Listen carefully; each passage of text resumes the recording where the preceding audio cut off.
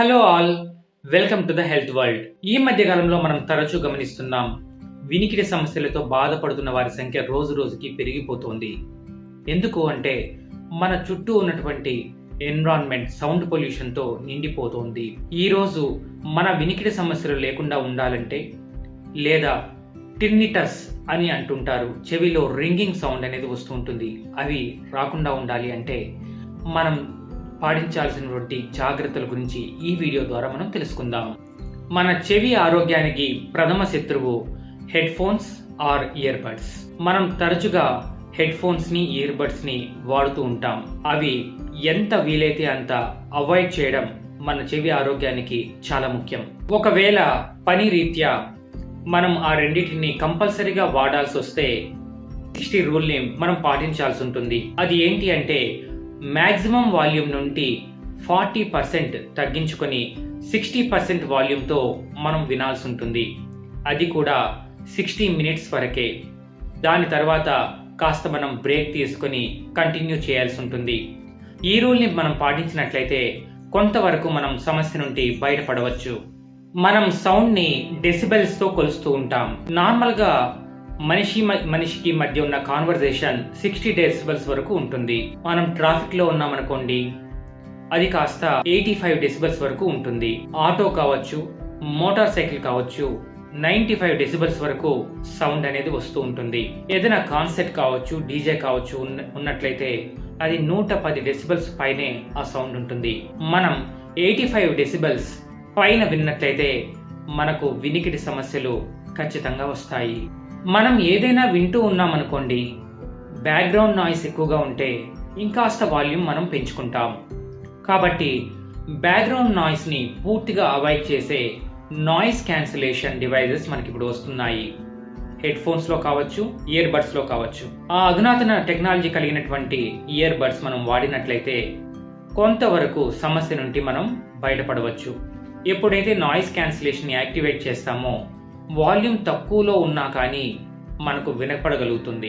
ఆ విధంగా మనం తక్కువ వాల్యూమ్ వినేటట్లు అవి చేస్తాయి. దీని ద్వారా మనం కొంతవరకు సమస్య నుండి బయటపడవచ్చు.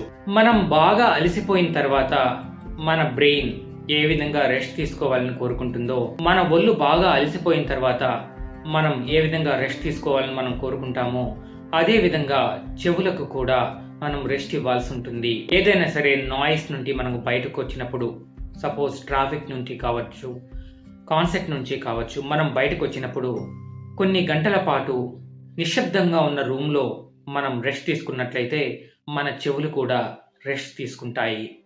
మన చెవిలో ఇన్సర్ట్ చేసుకునే ఇయర్ బడ్స్ ఎప్పుడు క్లీన్గా ఉండేటట్లు మనం చూసుకోవాలి.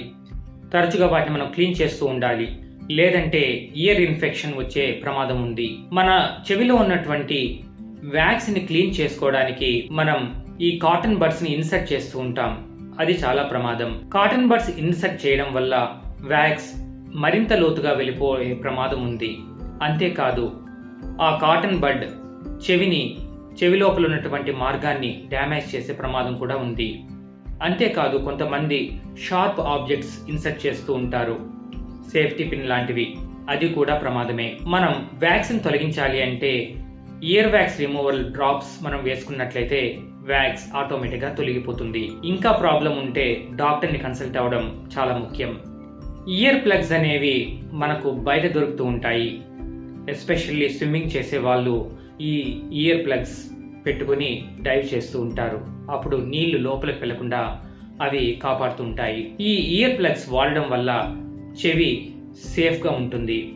మీరు ఎప్పుడైనా కాన్సర్ట్స్ అటెండ్ అయినప్పుడు, ఓవర్ సౌండ్ వింటూ ఉన్నప్పుడు ఇయర్ ప్లగ్స్ మనం ధరించినట్లయితే మనం చాలా సమస్యల నుండి బయటపడగలుగుతాం.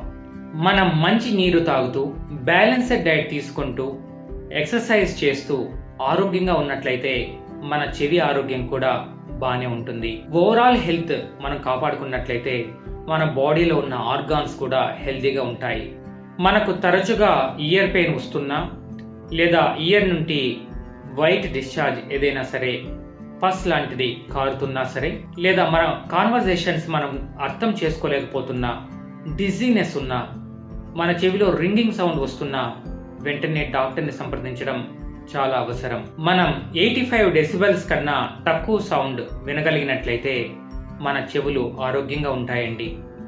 ఇవండి మనం పాటించాల్సినటువంటి జాగ్రత్తలు మన చెవి హెల్త్ కోసం. మీకు ఈ కంటెంట్ నచ్చినట్లయితే ఈ వీడియోని షేర్ చేసి మన ఛానల్ని సబ్స్క్రైబ్ చేసుకోండి.